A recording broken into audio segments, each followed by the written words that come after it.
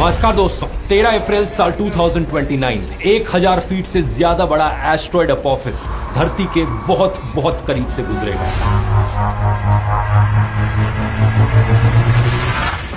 अगर यह धरती से टकरा जाता है तो ऐसी तबाही देखने को मिलेगी जैसी इंसानों के इतिहास में कभी ना देखी गई हो। हिरोशिमा पर गिराए गए बम से 1 मिलियन गुना ज्यादा एनर्जी रिलीज होगी।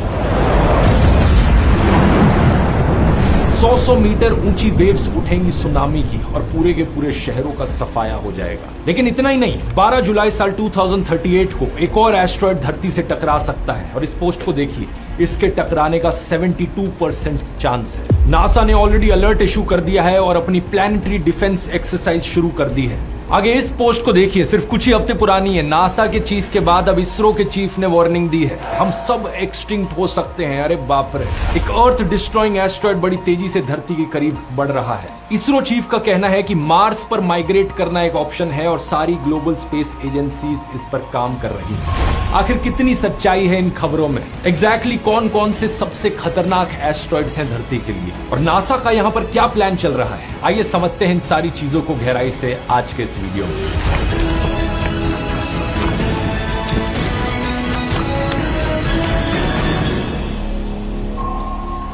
एस्ट्रॉइड्स को दोस्तों प्लैनेटॉइड्स भी कहा जाता है क्योंकि ये छोटे प्लैनेट्स की तरह होते हैं। ये बेसिकली कुछ बड़े से पत्थर हैं जो स्पेस में घूम रहे हैं। साइज में ये कुछ 10-20 मीटर के भी हो सकते हैं और 100-200 किलोमीटर के भी हो सकते हैं। सबसे छोटा एस्ट्रॉइड जो एग्जिस्ट करता है वो है सिर्फ 2 मीटर चौड़ा और सबसे बड़ा है सेरेस नाम से 940 किलोमीटर डायमीटर में।